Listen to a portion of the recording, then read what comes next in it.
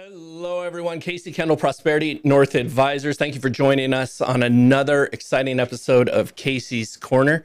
Today, we have Jesse Bunker from Black and White Limo. Thank you, Jesse, for being here. My pleasure. I'm really excited to have a spirited conversation about the transportation business. Nice. Let's do it. Perfect. But before we jump in, let's talk about my book, Commercial Insurance Simplified, a Real World Approach. You can grab that on Amazon. I'll leave the link in the description, or if you'd like a free copy, reach out to me and I'll ship you one out.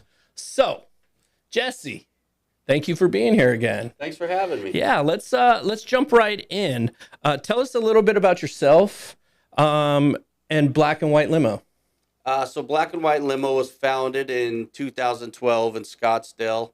I've been the owner for 6 years now, and I was bought that during COVID. Started my first limo company in 2014, Phoenix Limo Connection. So Phoenix Limo Connection actually owns Black and White Limo. Okay. How was as a COVID entrepreneur myself? How was that for you? Was it restrictive? Was it a benefit to your business? It was really bad. COVID definitely slowed everything down. But we got through it, and business came back thanks to Arizona being open and kind of having golf as, whatever they called it, essential or whatever. Yeah. So, golf is, for some people, an essential need. It was essential. So, yeah, it was actually a wild time.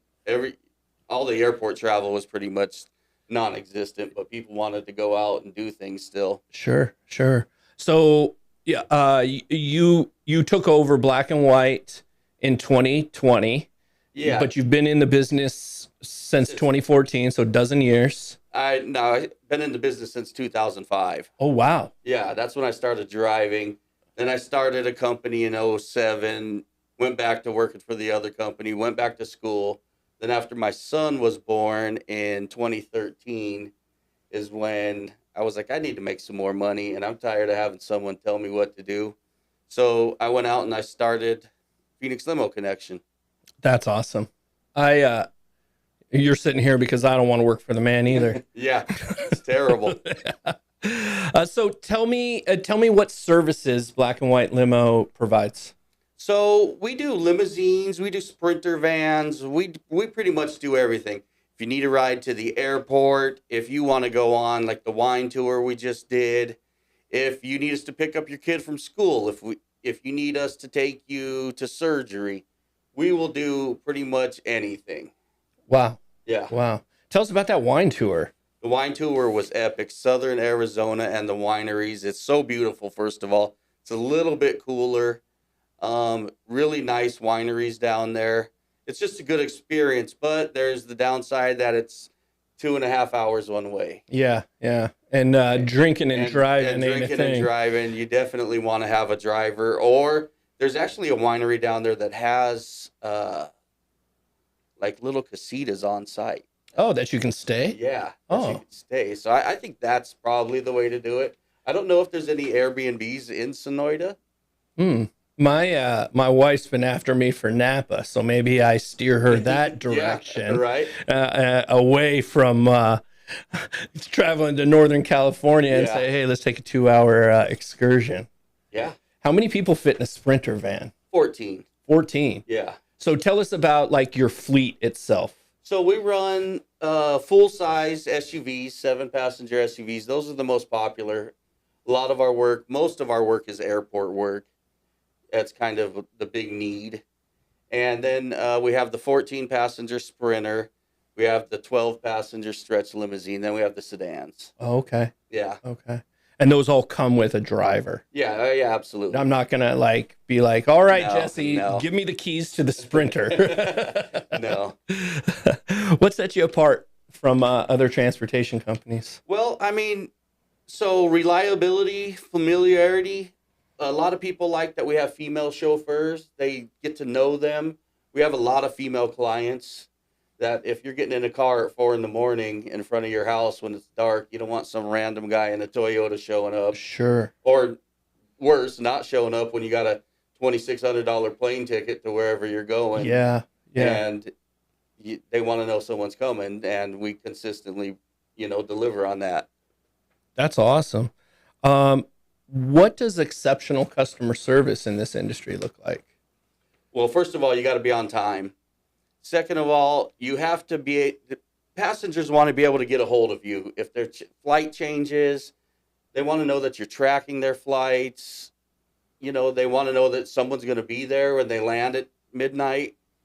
That's what they really want. I mean, they honestly, if you show up with a car with air conditioning, that's like, people always think, oh, you got to have the Mercedes, or you got to have the Cadillac. Like, no, that's not what they're worried about. They're worried about when they have a flight that leaves at 6 a.m.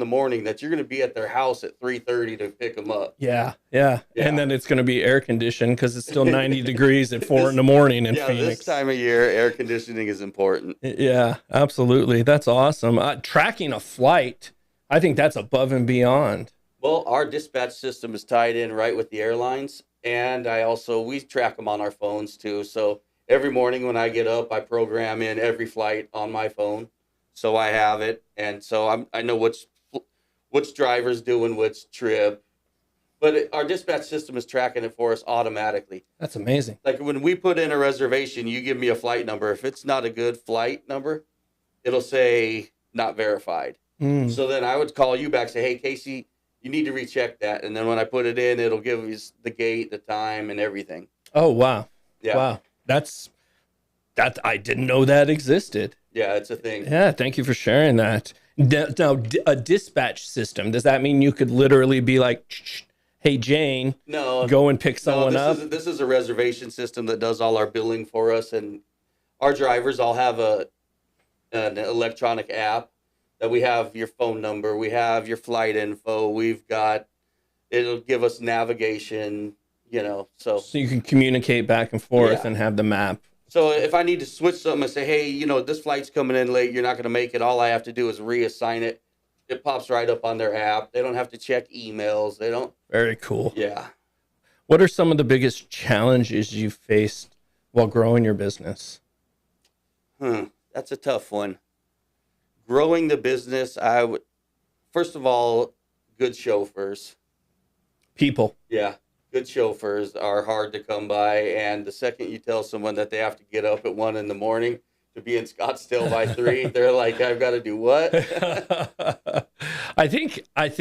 I mean, from my standpoint, people is always going to be the biggest variable in that. I mean, you can control the controllables, right? You can have a car, get a oil change its tires, make sure it's clean and running.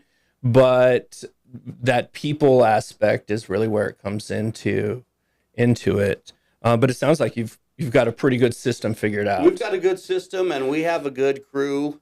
And that's kind of one of the reasons I could go out and buy 15 SUVs, but getting 15 people to drive them, it's a little bit different. Yeah, that's the hard part. Is it standard to tip a driver? So, obviously like Uber or Lyft or something like that, it's going to automatically come up and be like, hey, you want to tip this guy? Yeah. Well, how does that work in your business?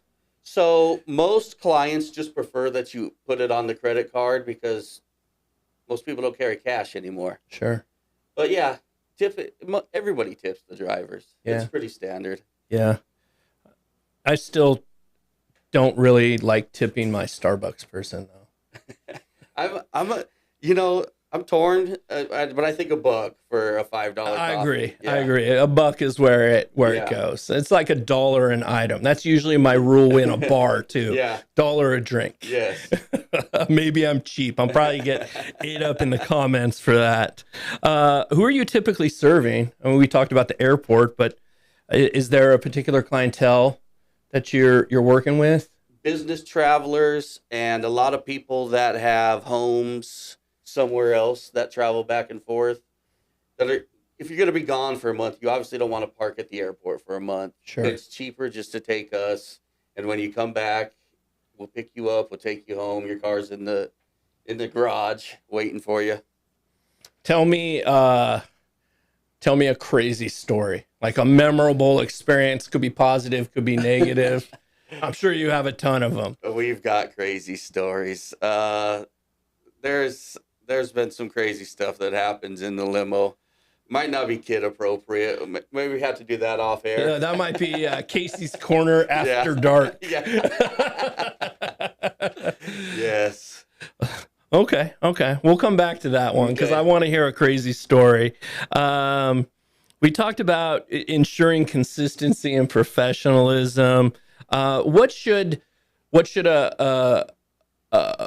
a passenger, we'll call him a passenger, what should a passenger be looking for in a transportation service? That's a good question. So first thing that I would be looking for is the person that I'm booking through actually located in Arizona? Because there's a lot of people that advertise that, oh, hey, I'm a limo service, but they're just brokering it out. Oh, They're going really? to take your reservation. They're going to call a local company and see which guys can do it the cheapest. So double check that and double check reviews. You know, if they pick up the phone when you call them, if they get back to you, if you send them an email, something that would turn me off is if you send a quote request or something, and then it's like so-and-so's limo at Gmail. Yeah.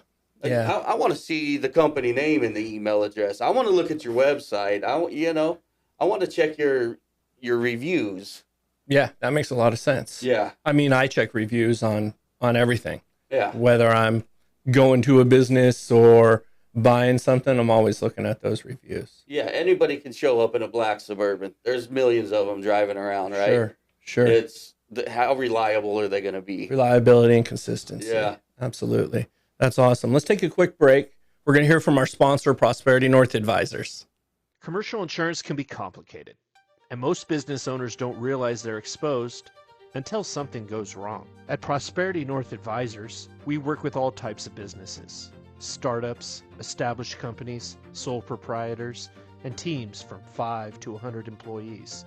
No matter the size or stage of your business, we can handle it. We specialize in assisted living, pest control, and service-based businesses. We know exactly how to handle your risk. Fleet of vehicles, we can help. Work comp challenges, we got you. State or vendor compliance, same day turnaround on your documents, guaranteed. And in most cases, we're helping clients save 15 to 20% while actually improving their coverage. So if you're not 100% confident in your business insurance, it's probably worth a conversation. Prosperity North Advisors. Our mission is to protect your prosperity. All right. And we are back. Thank you, Prosperity North Advisors, for all your commercial insurance needs.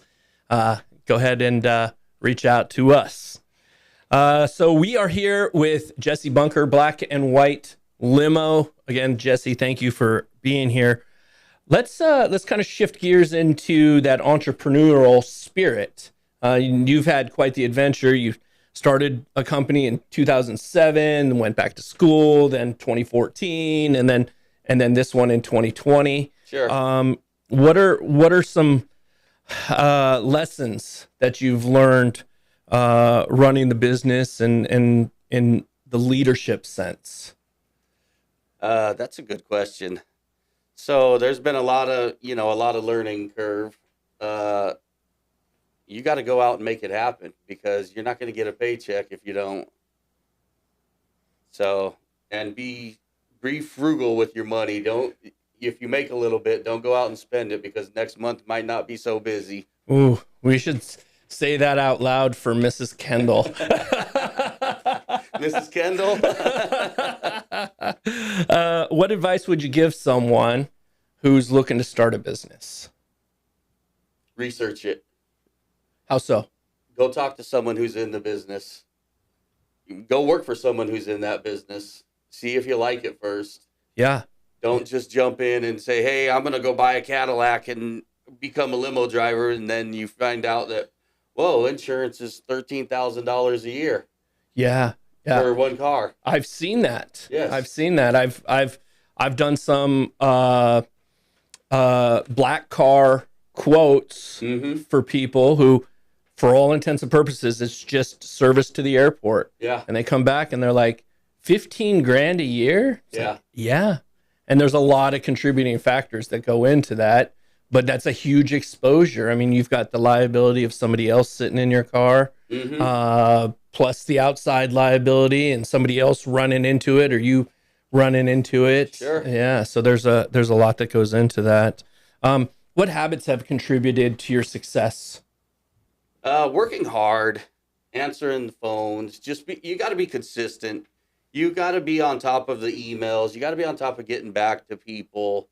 That's pretty much the big thing that is consistency day after day. You can't let that, the bar drop, so to say. My mom was a teacher for 25 years, kindergarten teacher. And I used to complain about going to school. I don't want to go to school today. Sure. And the lesson that I took with that in business is, she told me, Casey, if you show up, you'll get a C. Just show up, you'll get a C. And I would say that I've transferred that into picking up the phone, following up, and you're always going to get that C. Now, does anybody want to deal with a C-level person? No, but there are certain things that'll get you to that A and B level. Yeah, so showing up, I think, is just absolutely key. Yes, sir. Yeah, I would agree. How has the transportation industry changed? And you've had quite a bit of experience in it, talking probably 20 plus years. What have you seen change? It's changed dramatically. So when Uber came out, when Uber was first started, it was in San Francisco. It was just a way to connect you to other black car drivers, to fill in time. Then when Uber came to Arizona, it was the same thing, black cars. And then Uber got smart and decided, well, hey, let's introduce Toyotas and whatever for the economy, And so it took a bit. All the taxi companies took a big hit. We took a big hit.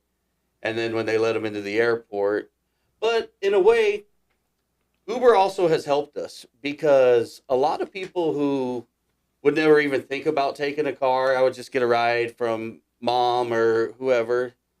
Now they realize, well, we could take Uber, but wait, we can also take black cars because they take Uber Black. And then they realize, well, hey, I want my own driver. So it's a lot more exposure to car service because of Uber. Yeah. Yeah. I can remember probably about 4 or 5 years ago, maybe even more like 6 or 7, when Sky Harbor Airport opened up for Uber. Yeah. And gave them the ability to drop off and pick up there, because before they couldn't. Well, if you remember when Jan Brewer was governor, they tried to get in there. And at that time, you had to have a fingerprint background check, which we still have to have. And you had to have a certain amount of insurance. You also had to have a defensive driving certificate and a medical background card. Wow. And so when Uber wanted to go in there, Jan Brewer said, fine, you guys follow all these rules and we'll let you in the airport. They said, well, that's not what we do. Then when Ducey was running for governor, he got a big chunk of money from Uber. And then all of a sudden, he becomes governor. And then, we're just going to get rid of all that. So they actually got rid of all those requirements. Wow. They got rid of the guy for weights and measures. Yeah. Yeah. Interesting. What trends are you seeing right now? A lot of corporate travel has gone down, it seems, a little bit. Really? Yeah. I'll tell you a funny side story. I worked for a big tax and accounting firm, like one of the big four for a while. And I could tell when the economy was starting to go down, you're talking 2007, 2008, they used to pick us up in black car. And every person, you're talking 1,000 sales reps would all get picked up in individual black cars. And I knew the company was watching that, because then one event they had us all picked up in just a big bus. And I thought, something's changed. Now, I don't know what a bus cost compares to a black car, but I'm sure it's cheaper. Yeah, it's way cheaper. And a lot of companies are now just saying, take an Uber and send us the receipt. Yeah. We're not going to send a guy in a suit waiting for you at the airport. Yeah. Get a car at the curb. What misconceptions do you think people have about a limo service? I think that people think that, oh, it's just a luxury item, that it's something I will never use. And yeah, if you want to take a limo out and ride around like you're Leon Phelps, the ladies' man in it, then absolutely, yeah, it's a luxury item. But if you're just taking it to the airport, sure, you're going to pay a little bit more money with us. But what's it worth when you've got your wife, your kids all going to the airport? You got a bunch of money in plane tickets. Who cares if you're going to spend $70 more than taking an Uber? Yeah, peace of mind. Yeah, your car's going to be there. You've got your confirmation. You know what driver's going to come get you. Mm-hmm. And when you come back, it's 4 p.m. It's 110. You're not going to, like, let's get on the bus and go to parking spot and get my car that's been sitting here for 2 weeks. Yeah, let's take a people mover, Yeah. a monorail. I told my kids this is Disneyland. Yeah. They didn't believe me. You talked a little bit about your app. How has technology changed the business? It's greatly improved it. Being able to track your cars, the live dash cams, being able to track your drivers, people getting a hold of you. It's way better now.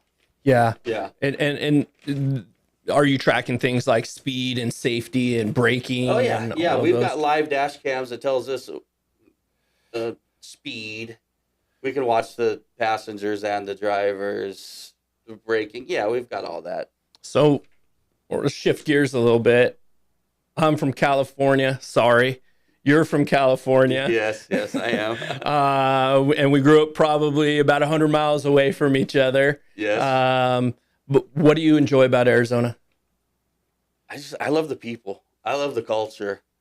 It's so much. Every time I go back to California, I love it. I love the beach. I love the mountains, but man, it's just like, it's completely different over there. Yeah. I like to say that the California I grew up in doesn't exist anymore. It doesn't. I love the idea of it, but it's just not for me anymore. Yeah, I would agree with that. And since moving to Arizona, I like Arizona. I do like Arizona. I lived in Palm Springs, so the weather was just as bad over there in the summer same as it is desert. here. Yeah. So it's not like I lived at the beach in California where it was 70 all year round. Yeah. Who's been a major influence in your life? Major influence in my wife. Or My in your life, yeah. My dad. Oh, nice. Yeah.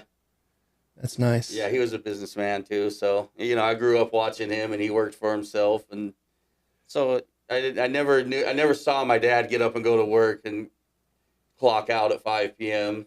So that's kind of where I was like, I'm not going to work for someone else either. Yeah. Yeah. That's amazing. Thank you for sharing that. What motivates you now? Oh, my son. Yeah? Yeah, my little kid. I love that little guy. Steven, if you're watching, shout out to you. Well, Steven better watch. We'll get one view. It'll be Steven. All right, couple rapid fires. All right, let's do it. Coffee or energy drink? Iced tea. Iced tea. Yeah, I'm an iced tea guy. Love it. Okay, I like iced tea too. Early bird or night owl? Well, being in the limo industry, I'm kind of have to be both, but night owl. Night owl. Yeah. Favorite place in Arizona? Ooh.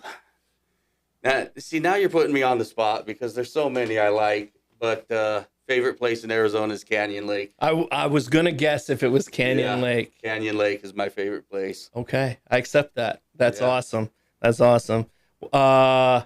What's your favorite vehicle that you've ever driven?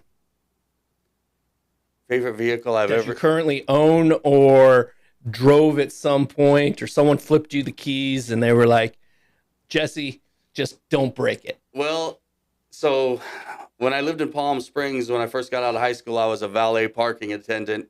And so this was 99, and a guy had I think it was a 91 ZR1 Corvette. Ooh. Yeah, and he gave me the keys to that. That was pretty cool. 6-speed? Yeah. Yeah. Because I've only ever driven one. I only ever drove one of those two, and it was my dad's. Nice. And he let me drive it once. Yeah, once. That's all you get. Once. He had a Corvette before, and we had a rule. It was like a mid-'80s Corvette, and you're talking like late 90s, so it had some miles and years on it. And we had a deal where if I washed it, then I could take it into the cul-de-sac and park it. But as soon as he got that new one, that was it. He said, Casey, we've reached a point to where someone else is going to wash this. Yeah. What's one word you would describe your leadership style? One word let's see. I'd say one word, confident. I love that. That's awesome. It comes through in you. Yeah. For sure. I can see it and I can feel it. And you've got a great presence too. Thanks, sir. Appreciate that. I've had some creepy drivers, but I'd be good with you. I've had some creepy drivers too. Tell us, well, no, I'm going to come back. Tell me a crazy story. Doesn't have to be naughty. Oh man. So we took some girls out on a bachelorette party one time. Way too much alcohol. Girl's getting out of the van. It misses the second step in the van. Falls onto her face out of the van like 3 feet. The paramedics come. Yeah, it was wild. Wow. Yeah. Wow. So don't drink and ride. No, don't drink and ride, yeah. But definitely don't drink and drive. Tell us how someone can find you, get a hold of you, book a ride with you. Well, okay, hold on. I just remembered a different crazy story. Please. So, back before Uber was around, I was a driver and picked up a guy at the Christie's on 32nd Street and basically Van Buren. The Gentlemen's Club. Gentlemen's Club, yeah. And he was a little overserved. And so I get him he goes, yeah, I live on the west side. So I get him in the car and then we're on maybe 67th Avenue and I-10, and I hear him snoring. And mind you, I don't have this guy's address. Oh. So I pull over on the freeway, and I'm like, hey, dude, where do you live? He's incoherent. He hands me his ID. Okay, fine. I got an address. I drive him home, and now it's about 2:45 in the morning. I have to go wake his wife up to get him out of the car. And she has to pay me. So. I feel like that's a situation where she's like, well, where'd you pick him up from, ma'am? She knew. Where'd you pick him up? That's where his Bronco is. So, yeah. Oh, well, I guess that's better than the Alaskan Bush Company. Huge fan. All right. Thank you for that. I appreciate you sharing those stories. How can people book a ride with you? Where can they find you? Your contact information? blackandwhitelimo.com, 480-789-0204. Just shoot us an email, call, text. We'll get you done. Yeah, we'll send you a confirmation with this credit card payment link, and you're good to go. Awesome. Is there anything else you'd like to share with us? Thanks for having me on. I appreciate it. Yeah, it's been fun. Absolutely. Thank you, Jesse. I really, really enjoyed this conversation. You were my first black car and limo service interview. So nice. I appreciate that. Awesome. My first podcast. I enjoy it. Yeah, well, we've both effectively popped cherries here. Thanks, Jesse. Thank you. Oh, if you'd like to be featured on Casey's Corner, please reach out. Grab the book, link in the description. Thanks very much. Find us on all the social medias. Like, subscribe, share, all that good stuff. Have a great day.